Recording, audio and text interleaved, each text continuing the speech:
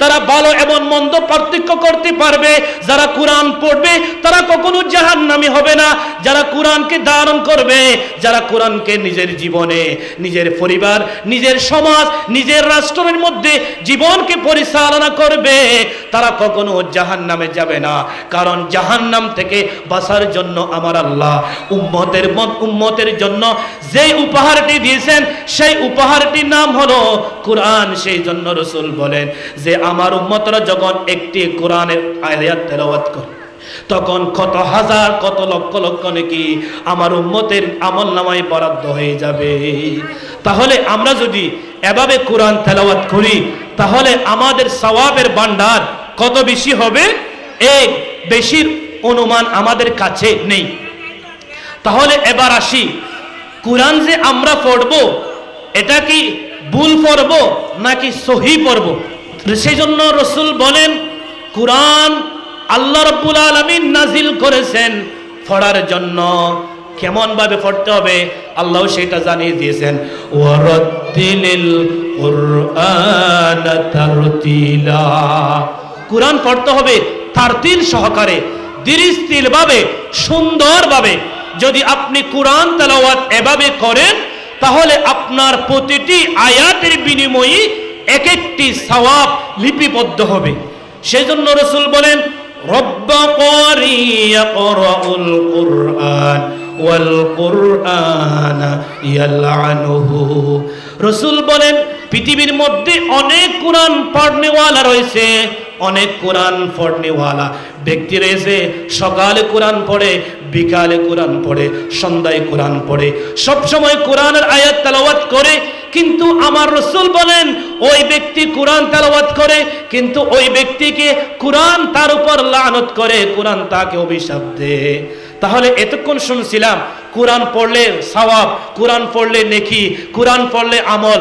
তাহলে আমার রাসূল আবার বলেছেন পৃথিবীর মধ্যে অনেক কোরআন তেলাওয়াত করনেওয়ালা ব্যক্তি রয়েছে যে কোরআন পড়লে ফেরেশতারা অভিশাপ দেয়, আল্লাহ অভিশাপ দেয়, কোরআন অভিশাপ দেয়। তাহলে যে কোরআন অভিশাপ দেয় এই কোরআন থেকে বাঁচার কোনো ক্ষমতা আমাদের আছে? নাই।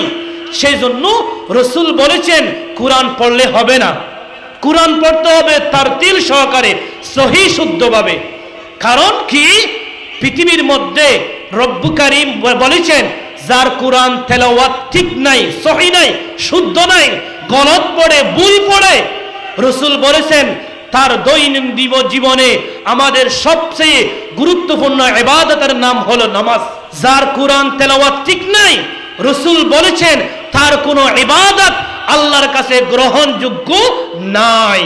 তাহলে যদি ইবাদতকে গ্রহণযোগ্যতা করতে চান তাহলে আমাদের আসতে হবে কোরআনের পথে। কোরআনের পথ কি? সহিভাবে কোরআন পড়লে যে নেকি রাসূল বলেছেন সেই নেকি আমাদেরকে ধারণ করতে হবে। কারণ আপনি যদি ভুলভাল বিশুদ্ধ কোরআন পড়েন, রাসূল বলেছেন ইয়াকরাউল কুরআন ওয়াল কুরআনু ইয়ালআনুহু, এই কোরআন আপনাকে অভিশাপ দেবে, বদদুয়া দিবে, লানত দিবে। তাহলে যে লানত কোরআন থেকে পাওয়া যায় ওই কোরআন তেলাওয়াত আমরা করব না। যদি আমরা কোরআন তেলাওয়াত করি সহি শুদ্ধভাবে করতে হবে। কারণ কেন?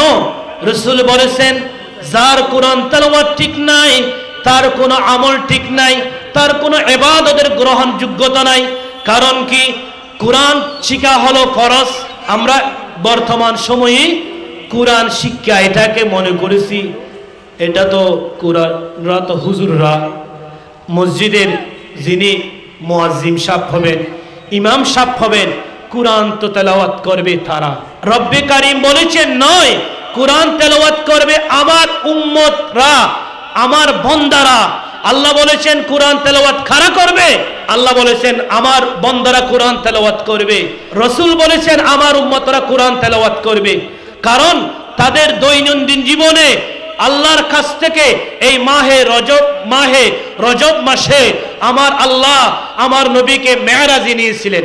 ওই মেরাজের থেকে আসার মাধ্যমে আমার নবীকে আল্লাহ 5 ওয়াক্ত নামাজ উপহার দিয়েছিলেন। ওই উপহারগুলা দৈনিক 5 ওয়াক্ত 5 বার আমাদেরকে আদায় করতে হয়।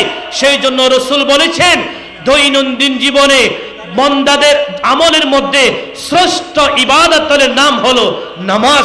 যার কোরআন তেলাওয়াত হয় না তার কোনো আমল আল্লাহর দরবারে গ্রহণতা হয় না।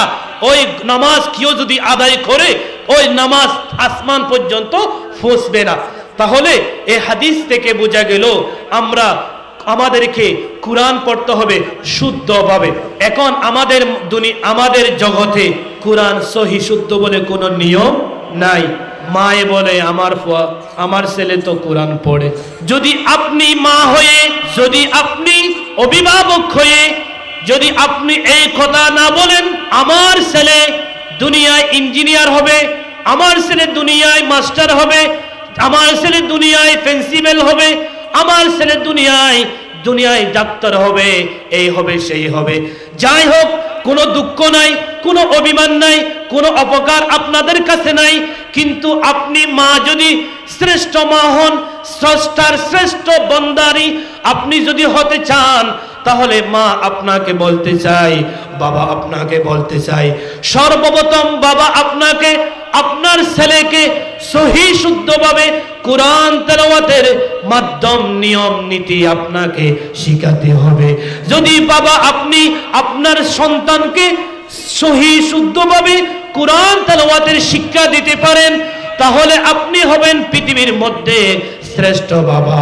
আপনি মা যদি আপনার সন্তানকে যদি সহি শুদ্ধভাবে কোরআন তেলাওয়াত শিক্ষা দিতে পারেন, আপনার সন্তান ডাক্তার হোক কোনো অসুবিধা নাই, আপনার সন্তান ইঞ্জিনিয়ার হোক কোনো অসুবিধা নাই, আপনার সন্তান সাংবাদিক হোক কোনো অসুবিধা নাই। কিন্তু আপনার ছেলে সাংবাদিক হয়েছে, আপনার ছেলে ব্যারিস্টার হয়েছে, আপনার ছেলে ম্যাজিস্ট্রেট হয়েছে, আপনার ছেলে পৃথিবীর বিখ্যাত মানুষ হয়েছে, কিন্তু রাসূল বলেছেন যার অন্তরে কোরআন নাই, যার অন্তরে কোরআনের শব্দ নাই, সেটা হলো একটা খালি ঘর, শূন্য বিটা বাটির ন্যায়। রাসূল বলেছেন ক্বালা রাসূলুল্লাহি সাল্লাল্লাহু আলাইহি ওয়াসাল্লাম, রাসূল বলেছেন ইন্নাল্লাযী লাইসা ফি জাওফিহি শাইউম মিনাল কুরআনি কাল বাইতিল হারাম। রাসূল বলেছেন যার অন্তরে কোরআন নাই, যার অন্তরে কোরআনের নিয়ামতের অধ্যায় নাই, তার অন্তর হলো শূন্য বিটা বাড়ি। শূন্য বিটা বাটি বুঝেন নাই? শূন্য বাড়ি বলা হয় চারিদিকে 10 তলা ঘর আছে, কিন্তু ওই ঘরের মধ্যে থাকার মতো কোনো মানুষ নাই, কোনো লোক নাই। রাসূল বলেছেন সেটা হলো কাল বাইতুল হারাম, সেটা হলো শূন্য ঘর যেখানে মানুষ নাই। তাহলে সেখানে কি থাকে? রাসূল বলেছেন সেখানে থাকে জিন, ভূত, টেকনি, ইঁদুর, মাছি, ওই সাপ বিচ্ছুর স্থান হয়ে যায়। কোথায়? যে ঘরে মানুষ থাকে না সেই ঘরটি হয়ে যায় জিনের ঘর। যে ঘরে মানুষ থাকে না সেই ঘরটি হয়ে যায় মাকড়সার ঘর। যে ঘরে মানুষ থাকে না সেই ঘরটি হয়ে যায় পোকামাকড়ের ঘর। অনেক দিন পরে যখন ঢাকা থেকে, বিদেশ থেকে, চট্টগ্রাম থেকে, শহর থেকে যখন দেশের বাড়িতে আপনি আসবেন, 1 বছর আগে আপনি আপনার বাসা তালা মারে আপনি শহরে চলে গিয়েছিলেন, 1 বছর পরে আপনি এসে দেখলেন আপনার ঘরে এমন ভাবে মাকড়সা চতুর্দিকে বিট হয়ে গেল। এমন ভাবে আপনি যখন ঘরে থাকতে চাচ্ছেন, তখন আপনি মসজিদের ইমাম সাহেবকে ডাক দিয়েছেন, ও হুজুর আমি অনেক বিপদে পড়ে গেছি, আমার ঘরে আমি 1 বছর পর্যন্ত কোনো বসবাস করি নাই, থাকি নাই, আপনি একটু এসে কোরআন তেলাওয়াত করুন। কারণ কি জানতে চাই?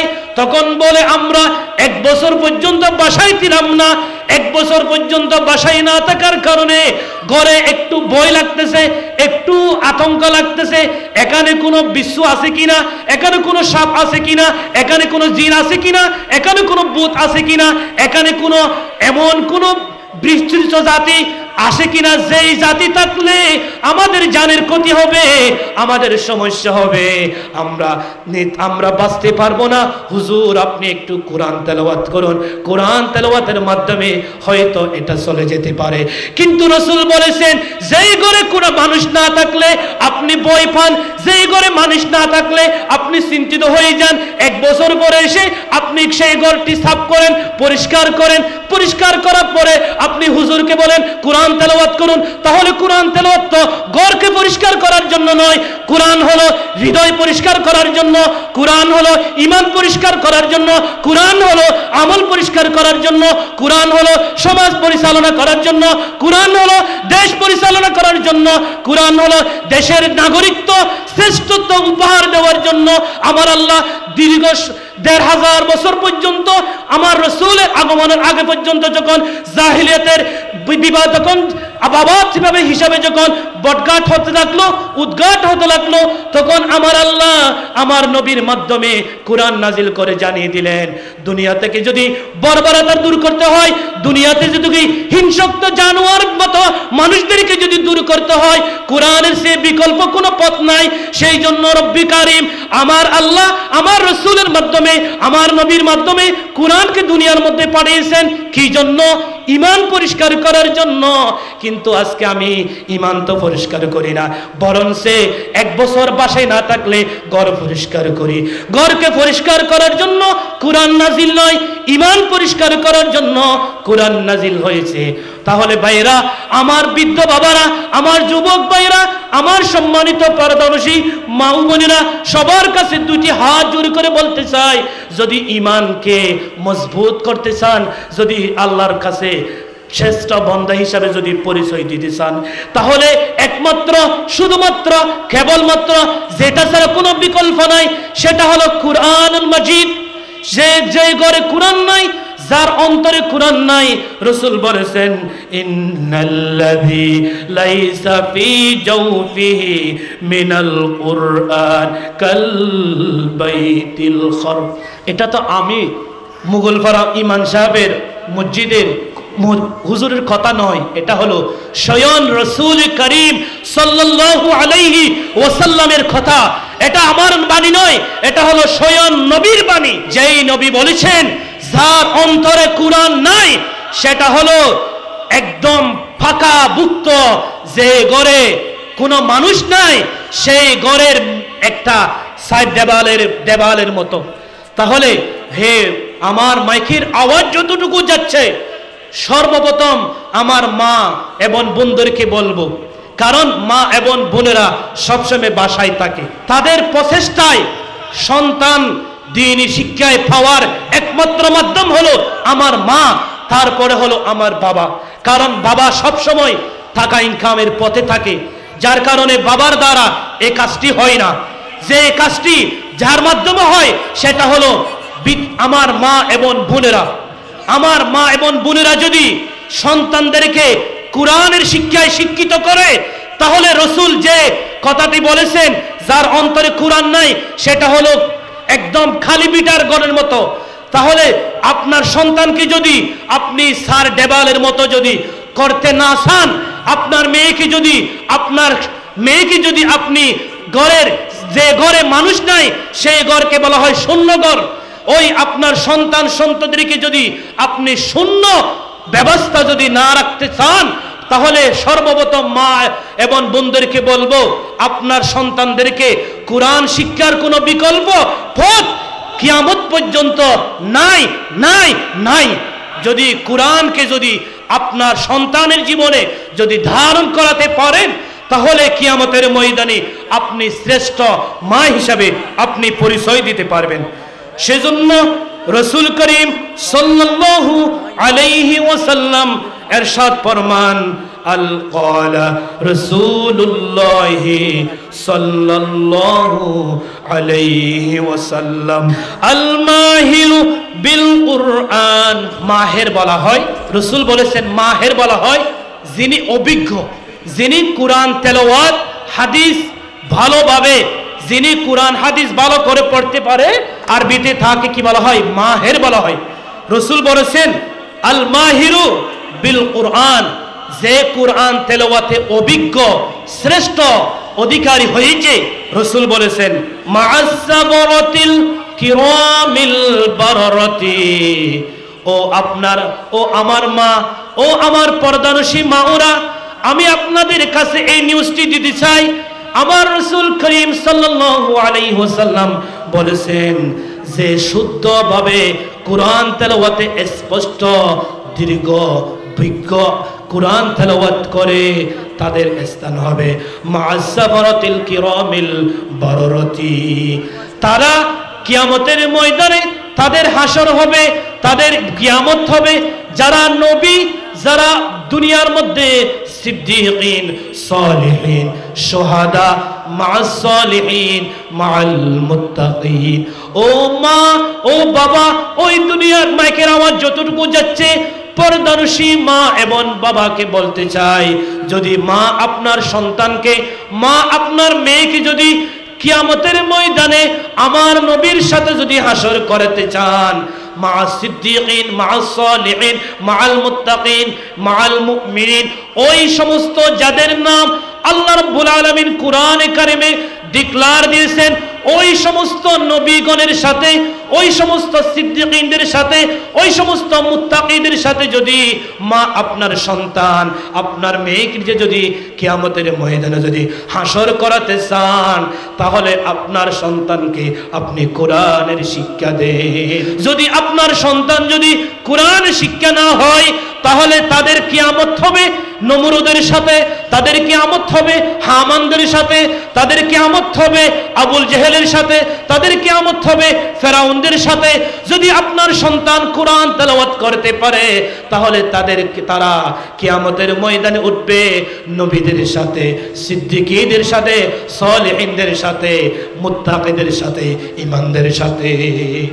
আমার রাসূল আরো হাদিসে পাকে আরো ইরশাদ ফরমান, قال رسول الله صلى الله عليه وسلم والذي يقرأ القرآن ويتتعتع فيه।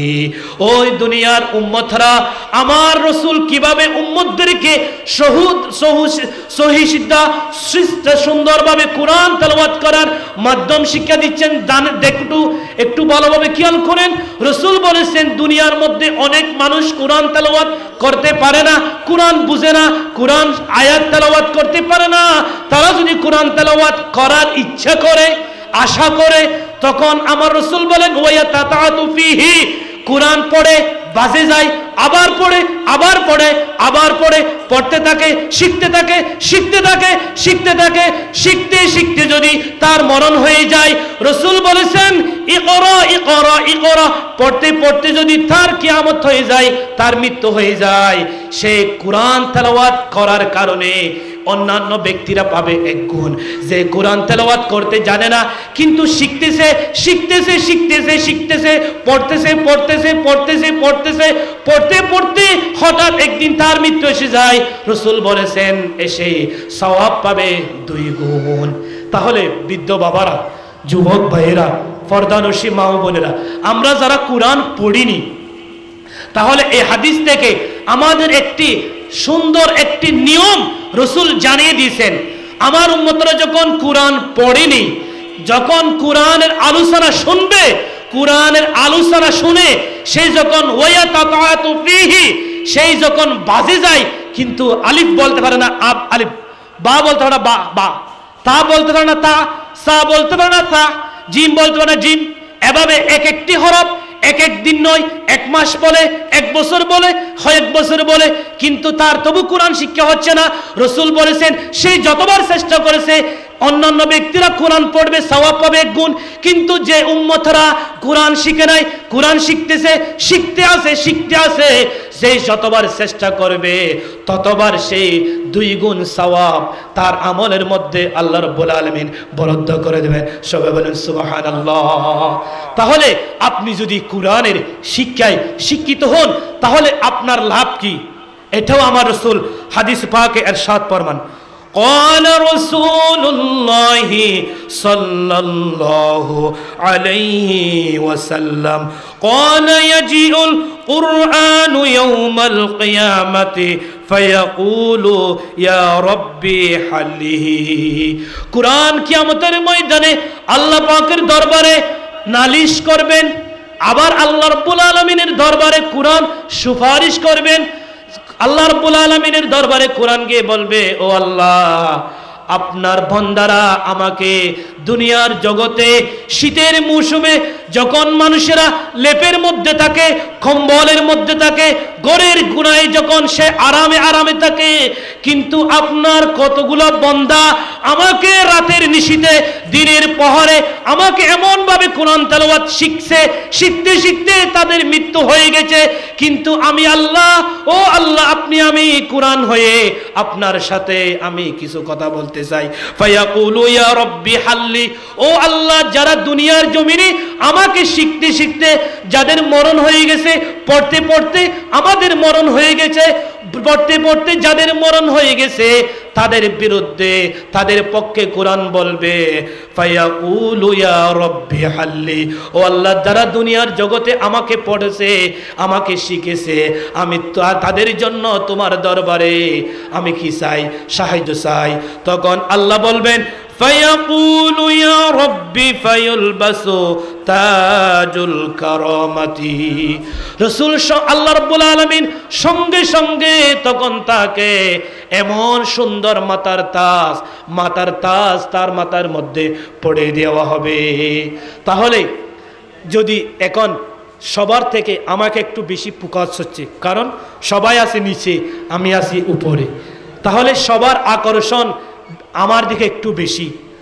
তদুরূপ কিয়ামতের ময়দানে যারা কুরআন তেলাওয়াত করবে তাদের মাথার তাজ এমন ভাবে ঝিলমিল সকমক সুন্দরভাবে আবৃত হবে, যার কারণে তার একে এত সুন্দর লাগবে, এক এক নবীর উম্মতরা জিজ্ঞেস করবে, ওরা কারা?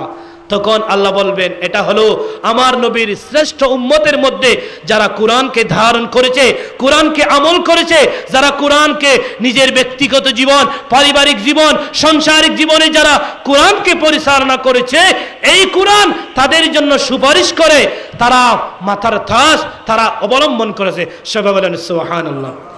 তখন কোরআন বলবে, ও আল্লাহ, তুমি তাকে শুধু একটা মাথার তাজ দিলা, এটা তো আমি মানতে পারি না। তখন আমি প্রতিটা কথা হাদিস থেকে বলছি, কারণ অনেক মানুষ আছে, এটা তো হুজুরে হয়তো বানাই বলতে পারে, অনেক মানুষ আছে ওদের এখন হাদিস বানাতে দেরি নয়। যদি হাদিস নম্বর যদি জানতে চান আমি আপনাকে জানাবো, কিন্তু তবু ঈমান হারা হবেন না, অবিশ্বাস করবেন না।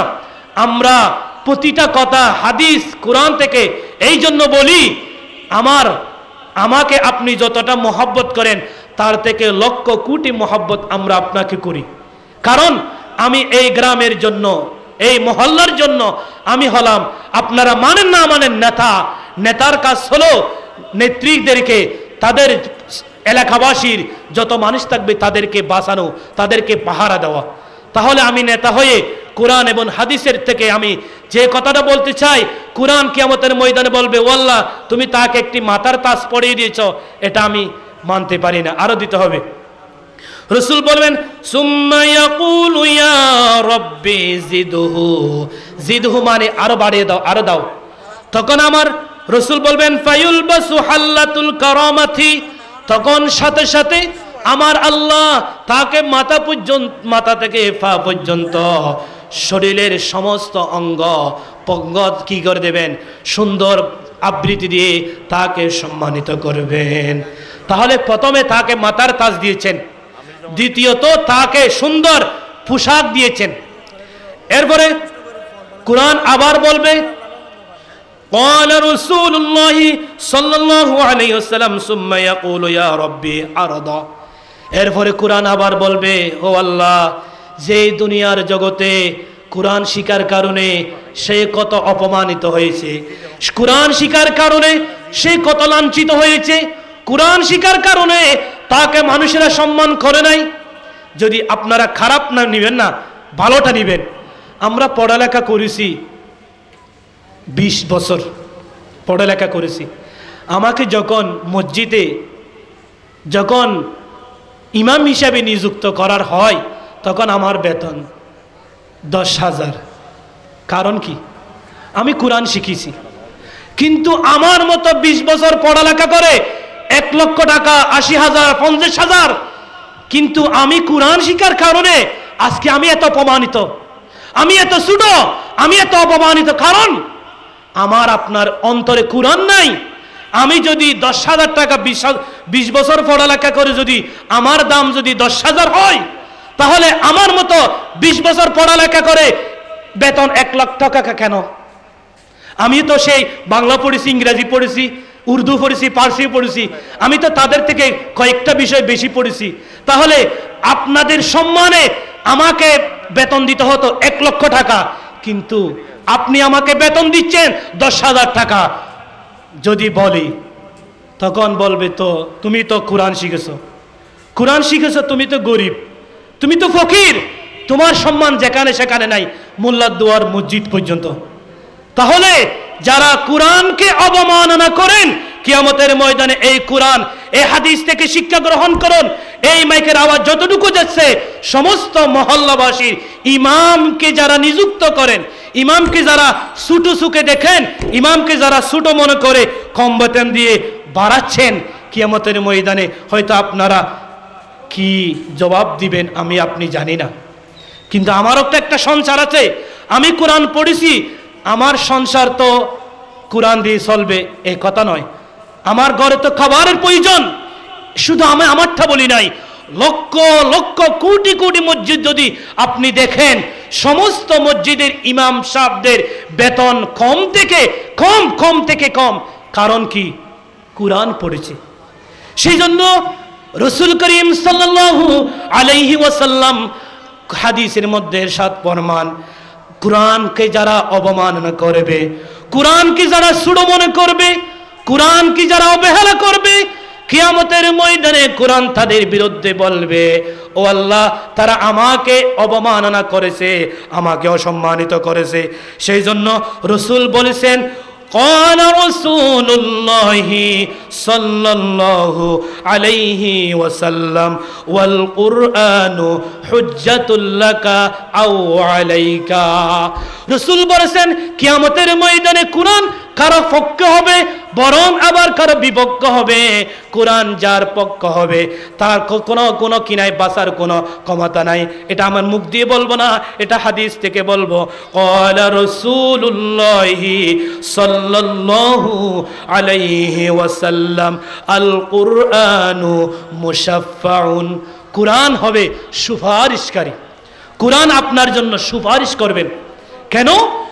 যারা দুনিয়ার জগতে কোরআনকে যারা তেলাওয়াত করবে, কোরআনকে যারা অধ্যয়ন করবে, কোরআন মতো যারা জীবন যাপন করবে, কোরআন মতো যারা নিজের জীবনকে পরিচালনা করবে, রাসূল বলেছেন আল কুরআনু মুশাফফাউন। কোরআন তাদের জন্য আল্লাহর দরবারে সুপারিশ করবে। কতক্ষণ পর্যন্ত? ওয়া মাহিল্লুন মুসাদ্দাকুন। দুনিয়ার জগতে অনেক মানুষ, এমপি, মিনিস্টার, প্রধানমন্ত্রী আছে। অনেক জায়গায় প্রধানমন্ত্রীর টেলিফোনে কি হয় না, কাজ হয় না, এরকম অনেক জায়গা আছে। কিন্তু কিয়ামতের ময়দানে একমাত্র শুধুমাত্র কথা বলতে পারে কোরআন এবং রাসূল। হাদিসের যারা কোরআনকে যারা শিখেছে, কোরআন মতো যারা আমল করেছে, ওই ব্যক্তিরা কিয়ামতের ময়দানে কথা বলবে। অন্য ব্যক্তিরা আর কোনো কথা বলার সুযোগ নাই। তদ্রূপ কিয়ামতের ময়দানে কোরআন বলবে, ও আল্লাহ, আমি ওই ব্যক্তির জন্য সুপারিশ করতে চাই। তখন আল্লাহ বলবে, কেন? তখন কোরআন বলবে, এই ব্যক্তি আমাকে ধারণ করেছে। রাসূল বলেছেন, মা থেকে হেদায়েত গ্রহণ করে নাই, আমি আল্লাহ তাদেরকে উমিয়ান, অন্ধ করে তুলব। এরপরে আল্লাহ বলেছেন ওয়াবুকমান। তাহলে কারো মুখে যদি জড়তা না থাকে, মুখ কথা বলার মতো এবিলিটি না থাকে, তাকে বলা হয় বুবা। আল্লাহ বলেছেন, যারা কোরআনকে মানে নাই, সামাজিক জীবনে, পারিবারিক জীবনে, সংসার জীবনে, রাষ্ট্রিক জীবনে, মসজিদে, আমরা তো কোরআন মানি, মসজিদে গিয়ে ইমাম সাহেব আল্লাহু আকবার, আমিও বলি আল্লাহু আকবার, ইমাম সাহেব বলে সুবহান রাব্বিয়াল আলা, আমি বলি সুবহান রাব্বিয়াল আলা। ইমাম সাহেব বলেন সামি আল্লাহু লিমান হামিদা, তখন আমি বলি রব্বানা লাকাল হাম। কুরআনকে মানে মসজিদে, কিন্তু কুরআনকে জেনে কুরআন যখন আমাকে কাজে নিয়ে যায়, আমি কাজে কোরআন মানি না। আমাকে যখন কুরআন যখন মন্ত্রণালয়ে নিয়ে যায়, সংসদে নিয়ে যায়, তখন সংসদে আমি চাই না সংসদে একজন আল্লাহওয়ালা যোগ, কুরআনওয়ালা যোগ, দ্বীনওয়ালা যোগ। আমি সংসদে কোরআন চাই না, কোরআনের পাশ চাই না। কিন্তু আপনি যখন কোরআনকে সংসদে চান না, ব্যক্তিগত জীবনে চান না, পারিবারিক জীবনে চান না, মসজিদ ব্যতীত কোনো জায়গায় যখন আপনি কোরআনের বিরুদ্ধে আপনি যখন জীবন যাপন করবেন, তখন আল্লাহ বলেছেন দুনিয়ার জগতে তুমি বড় বড় কথা বলতে, দুনিয়ার জমি তুমি সুন্দর সুন্দর তোমার শক্তি দিয়ে তুমি বড় বড় কথা বলতে, কিন্তু আজকে আমি তোমাকে এমন ভাবে বুবা করে ফেলবো, যে বুবা হওয়ার কারণে আফসোস করে কোনো কথা বলার কোনো এবিলিটি থাকবে না, কোনো ক্ষমতা থাকবে না, কোনো শক্তি থাকবে না। সেই জন্য আমি আল্লাহ তাদেরকে কিয়ামতের ময়দানে বুকমান, আমি তাদেরকে বুবা করে তুলবো। এরপরে আল্লাহ বলেন ওয়াসুম্মান, আমি তাদেরকে বধির করে তুলবো। তারা ভালো খারাপ বুঝবে না, ভালো খারাপ শুনবে না, কে কোথায় আছে, কে কোথায় কথা বলতেছে, কে কোথায় ডাকাডাকি করতেছে, কে কোথায় হানাহানি করতেছে, কে কোথায় কান্নাকাটি করতেছে, সে দেখবে না। সেই জন্য যারা কোরআন বুঝবে না তাদেরকে আমি কি করব? অন্ধ করে তুলবো। যারা কোরআন মানবে না তাদেরকে আমি বুবা করে তুলবো। যারা কোরআন পড়বে না আমি তাদেরকে কি করে তুলবো? বধির করে তুলবো। মানে সংসার জীবনে যদি না মানি, আল্লাহ বলেছেন সংসার জীবনে, ব্যক্তিগত জীবনে তোমার সুখ দিয়ে তুমি অনেক কিছু কোন সুখে দেখছো। ইমাম সাহেব যখন হাদিস থেকে কথা বলছে, যখন সভাপতি সেক্রেটারি হন আরো হন নেই ইংরেজি স্যার, সেই জন্য আমি উদাহরণ দেওয়ার জন্য বলেছি। এটা সভাপতি হতে পারে, সেটা ছোট যে কোনো কি হতে পারে। যারা কোরআন থেকে হক কথা বলার কারণে কোনা সুখী চাই, আল্লাহ বলেছেন যারা কোরআনের বিরুদ্ধে কথা বলে, কোরআনের পক্ষে কথা বলার কারণে যারা কোরআন সুখে চেয়েছে তাদেরকে আমি অন্ধ করে দেব। যারা কোরআন থেকে কথা বলার কারণে যারা কি হয়েছে, তারা বেশি বেশি বক বক করেছে, সেই জন্য বক বক করার কারণে আমি তাদের এবিলিটি কথা বলার কথার শক্তিটা আমি নিয়ে ফেলবো। তৃতীয় নম্বর, তারা ভালো খারাপ বুঝে নাই, শুনে নাই, মানে নাই, কান দিয়ে শুনেছে কিন্তু শুনে আমল করে নাই, সেই জন্য আমি তাদেরকে বধির করে তুলবো। এরপরে যখন আমি তাদেরকে জাহান্নামে দেব, মাওয়াহুম জাহান্নাম কুল্লামা খাবাদ জিদনাহুম সাঈরা। আল্লাহ বলেছেন কুল্লামা খাবাদ জিদনাহুম সাঈরা। তাদেরকে এই অবস্থায় যখন আমি তাদেরকে জাহান্নামে দেব, তখন তারা জাহান্নামের মধ্যে জ্বলতে জ্বলতে একটু আগুন কি হয়ে যাবে, নিভে নিভে বাপ। এই অবস্থায় যখন হবে তখন সাঈরা, আল্লাহ বলেছেন আমি আবার কোরআনের অবমাননা, কোরআনকে মানে নাই, কোরআনকে বুঝে নাই, এই জন্য সাঈরা আমি আবার জাহান্নামের আগুনকে আবার প্রজ্বলিত করে দেব, আবার আরো উত্তপ্ত করে দেব। তাহলে আল্লাহ রাব্বুল আলামিন আমাকে আপনাকে কোরআন পড়ার, কোরআন মানার, কোরআন বুঝার, কোরআন না মানলে যে ভয়াবহ অবস্থা কিয়ামতের ময়দানে হবে, সেই কথা বুঝে নিজের জীবনে আমল করার তৌফিক দান করুক। ওমা তৌফিক ইল্লা বিল্লাহ। আসসালামু আলাইকুম ওয়া রাহমাতুল্লাহি ওয়া বারাকাতুহু।